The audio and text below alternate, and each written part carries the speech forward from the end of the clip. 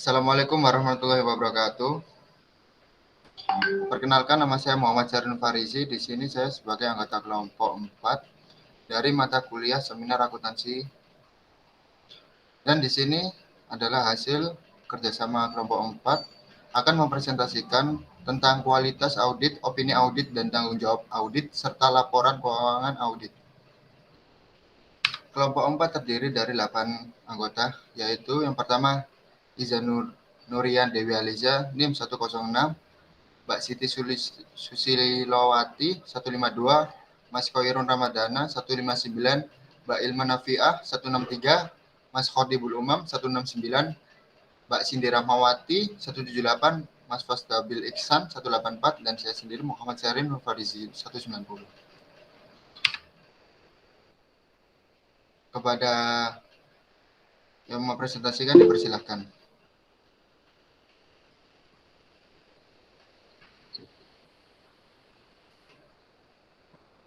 Oke, boleh next, Mas.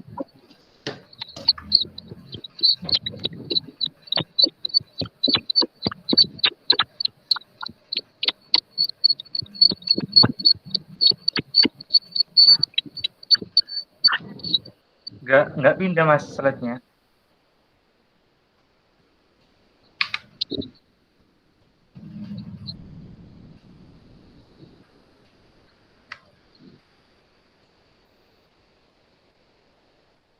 Kemudian, Mas, pendahuluan bab 1. Nah, oke, yang pertama bab 1 pendahuluan. Nah, dalam persaingan bisnis yang sangat cepat, ini dapat mendorong pembisnis untuk mengambil langkah yang berbeda dalam membuat laporan keuangan yang baik. Nah, dalam laporan keuangan ini diperkenalkan oleh entitas harus melewati pemeriksaan oleh akuntan publik.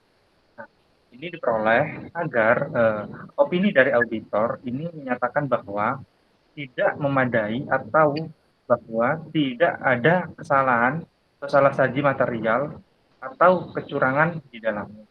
Nah, dalam perusahaan ini dapat memanfaatkan jasa audit dalam meningkatkan tingkat keandalan laporan keuangan. Kondisi ini membuat peran audit ini bekerja dengan kepercayaan menjadi sangat diperhatikan. Masyarakat umum ini sangat mengharapkan bahwa profesi akuntan publik ini harus bekerja secara profesional. Karena selain untuk meningkatkan keabsahan dan reputasi perusahaan yang diperiksa, akuntan publik ini juga berfungsi sebagai sarana untuk membuat laporan keuangan yang nantinya akan mentransparasi kepada masyarakat. Next, Mas. Selanjutnya akan dilanjutkan oleh rekan saya.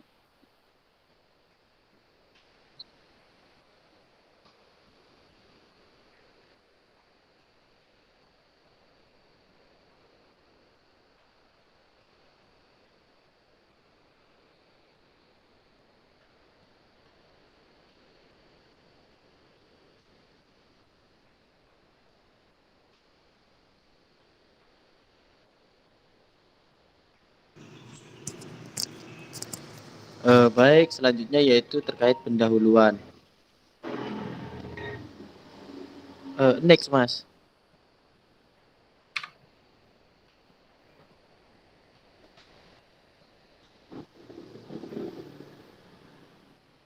Kok tetap?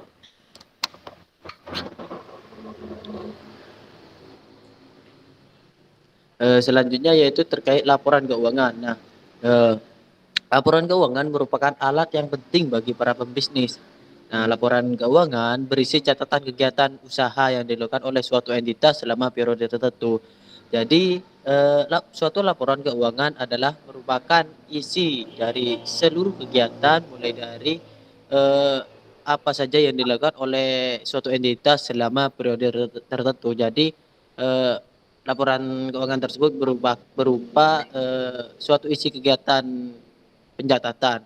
Nah, kualitas audit dalam hal ini, dalam hal kualitas laporan keuangan telah menjadi masalah yang mendapat banyak perhatian sejak beberapa skandal dan masalah ekonomi terjadi beberapa dekade yang lalu. Jadi, terkait kualitas auditnya dalam hal kualitas laporan keuangan ini, sudah banyak dan menjadi masalah yang mendapat banyak perhatian sejak beberapa dekade tahun yang lalu. Jadi hal ini sangat penting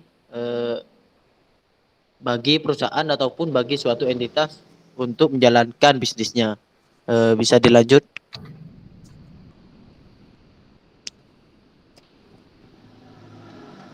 Selanjutnya saya persilakan ke teman saya. Baik, selanjutnya yakni landasan teori. Yang pertama ada kualitas audit. Mana kualitas audit adalah kerja auditor dalam memeriksa laporan keuangan secara efektif berdasarkan standar yang telah ditentukan. Dan di sisi lain, De Angelo dalam Kristiani dan Nugrahanti itu menjelaskan bahwa kualitas audit itu sebagai probabilitas gabungan untuk mengenali dan merinci kesalahan material dalam laporan keuangan. Dan di sini audit yang berkualitas merupakan audit yang dilakukan oleh individu yang terampil, kompeten, dan independen. Di mana auditor yang terampil dan kompeten adalah seorang yang memiliki kemampuan inovatif dalam bidang teknologi yang memahami dan menyelesaikan strategi pemeriksaan yang tepat. Namun sebaliknya, auditor yang independen itu merupakan seorang pemeriksa yang setiap kali ia menemukan pelanggaran akan secara mandiri melaporkan pelanggarannya. Selanjutnya akan dijelaskan rekan saya.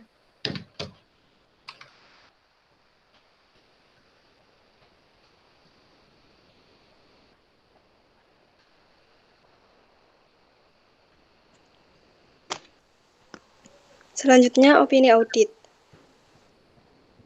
Opini audit merupakan tahap akhir dari proses audit yang dilakukan oleh auditor pada laporan keuangan perusahaan.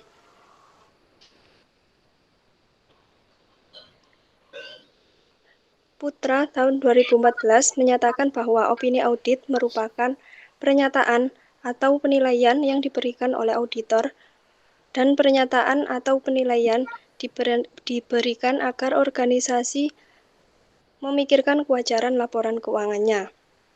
Untuk menghindari kontrol informasi dalam laporan keuangan, maka diperlukan administrasi ahli dari pihak luar yang independen. Pihak luar harus mahir, tidak memihak atau otonom, memastikan kepentingan klien solid, tidak dapat disuap, dan sangat mempertahankan moral dalam etika profesi. Opini auditor merupakan penilaian yang diberikan oleh auditor sebagai kewajaran laporan keuangan. Opini auditor digunakan oleh klien untuk memutuskan kinerja perusahaan selama periode tertentu, sehingga dapat dimanfaatkan sebagai alasan dalam pengambilan keputusan. Selanjutnya akan dijelaskan teman saya.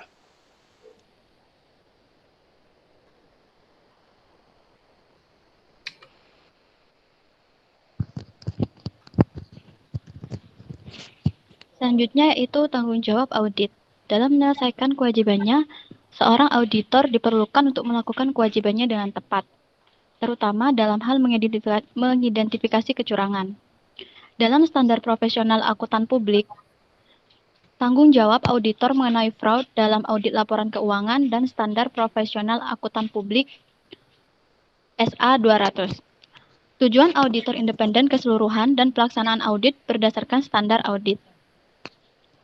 Kewajiban audit dalam menyelesaikan masalah audit yaitu memeriksa laporan keuangan dan memberikan penilaian atau opini atas kewajaran dari laporan keuangannya. Dalam hal peninjauan, menemukan laporan keuangan yang tidak diperkenankan sesuai aturan akuntansi yang tepat atau menemukan kesalahan penyajian dalam laporan tersebut, auditor bertanggung jawab untuk mengungkapkan penemuan yang telah ditemukan. Next.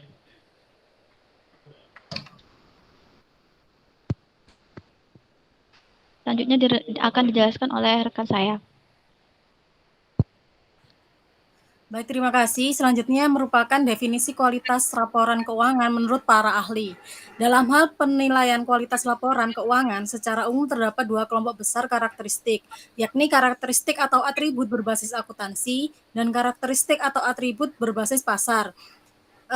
Definisi ini adalah menurut Francis, dan kawan-kawan.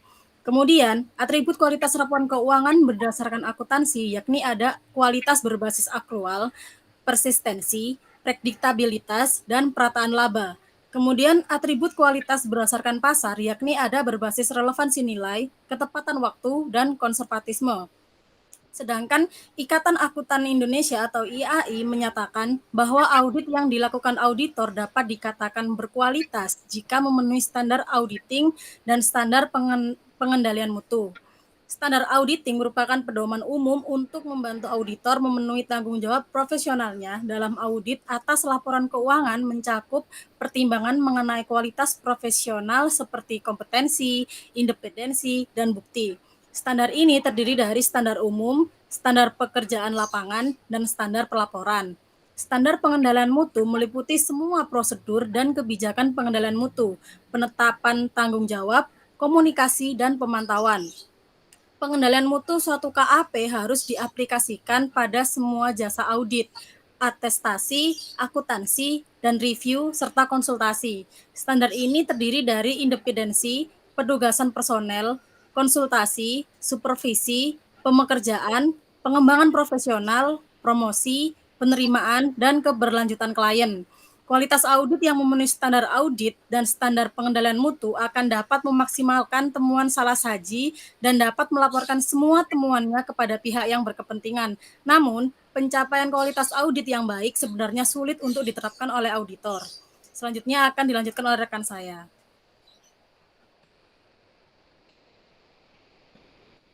Baik, selanjutnya adalah faktor-faktor yang mempengaruhi dari kualitas audit. Ada 5 kategori atau 5 faktor. Yang pertama adalah faktor dari kompetensi auditor.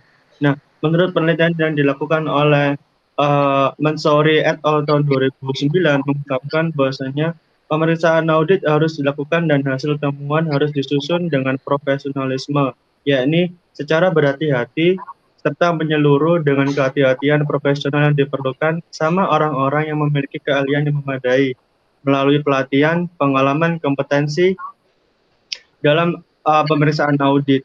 Hal yang senada juga dilakukan oleh penelitian yang dilakukan oleh Fonda tahun 2004 yang mengungkapkan bahwasanya kompetensi audit seorang auditor itu mengarahkan seorang auditor untuk melakukan pemeriksaan dengan cara yang tepat dan tepat.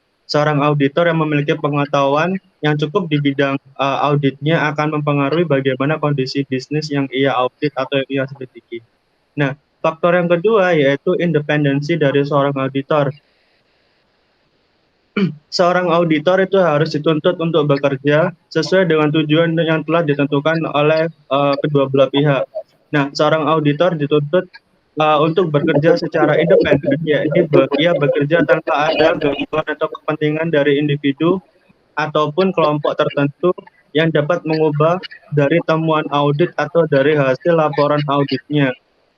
Nah, tingkat independensi seorang auditor dari klien itu dilihat dari kemungkinan auditor akan melaporkan hasil temuan-temuan dari pemeriksaan audit yang ia lakukan di lapangan. Itu adalah hasil penelitian yang dilakukan oleh De Angelo tahun 1981. Nah, ini membuktikan bahwasannya bahwa auditor itu dianggap sebagai independen jika auditor melaporkan secara keseluruhan hasil temuan audit atau salah saji imaterial yang ada di laporan kepada laporan audit yang sudah dilakukan. Nah, yang ketiga yaitu faktor mengenai etika dari seorang auditor. Nah, titik perbedaan antara profesi yang lain dengan profesi auditor terdapat pada tanggung jawab seorang auditor untuk memastikan akan kepentingan publik. Nah, seorang auditor harus mengabdi untuk kepentingan umum dan mematuhi semua standarisasi dari sebuah auditing. Nah, perilaku seorang auditor seyogyanya sesuai dengan kode etik yang telah ditentukan sebelumnya atau sudah distandarisasi oleh pihak audit. Nah, hal itu adalah karena standar kualitas minimal yang dipatuhi oleh seorang auditor dalam menjalankan tugasnya dalam pemeriksaan audit itu terwujud atau terimplikasi dari kualitas audit dan kepercayaan publik atas hasil laporan audit keuangannya. Jika standarisasi ini tidak dipatuhi atau tidak dilaksanakan, maka auditor bekerja di bawah standarisasi yang telah ditetapkan. Juga ini bisa disebut dengan malpraktek dalam melakukan auditor atau auditing. Ini adalah penelitian yang dilakukan oleh Jafar et al. Tahun 2008 dan disambung oleh Sari tahun 2011. Nah, yang keempat yaitu faktor mengenai pengalaman auditor.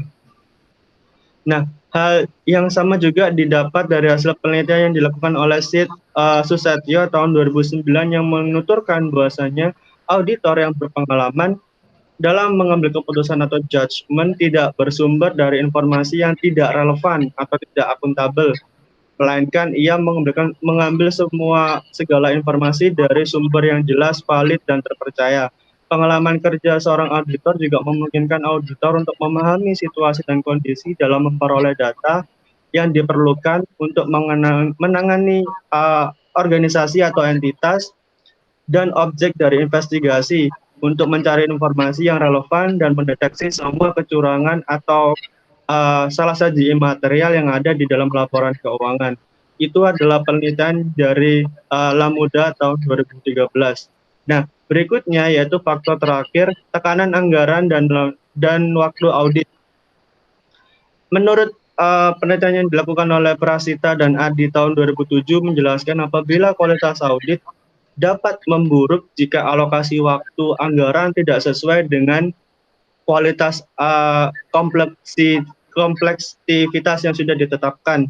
Nah, juga disambung oleh penelitian yang dilakukan oleh Azad tahun 94 menyimpulkan di dalam penelitiannya bahwasanya waktu anggaran audit mendorong auditor untuk berperilaku negatif karena ketika melaksanakan pemeriksaan audit, perilaku negatif ini digambarkan dengan lockout prematur atau penyelesaian audit secara dini, yang itu juga hal ceroboh yang tidak dapat mengungkapkan semua kesalahan atau semua kecurangan maupun salah saji imaterial yang ada di laporan keuangan yang didapat dari hasil pemeriksaan audit. Untuk resume atau kesimpulannya akan disampaikan oleh rekan saya.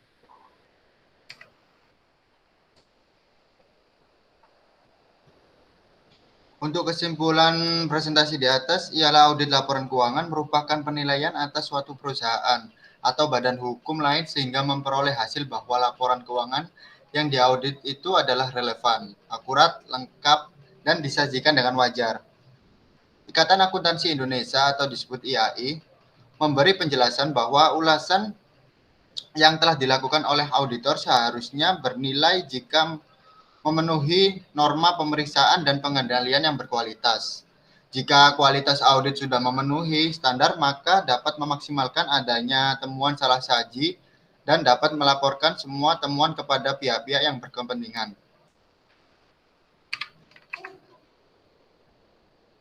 Selain itu, terdapat beberapa faktor perilaku auditor harus sesuai dengan kode etik auditor yang sudah ditetapkan. Dan seorang auditor harus profesional dan memiliki pengalaman dan kompetensi dalam mengaudit laporan keuangan. Dalam mengaudit laporan keuangan, auditor juga memiliki standar audit untuk memenuhi tanggung jawab sebagai auditor. Sekian presentasi atau penjelasan materi yang diterangkan oleh anggota kelompok 4. Apabila ada salah tutur kata, mohon dimaafkan. Saya mewakili kelompok 4, Muhammad Syariful Farizi, pamit. Wassalamualaikum warahmatullahi wabarakatuh. Waalaikumsalam warahmatullahi wabarakatuh.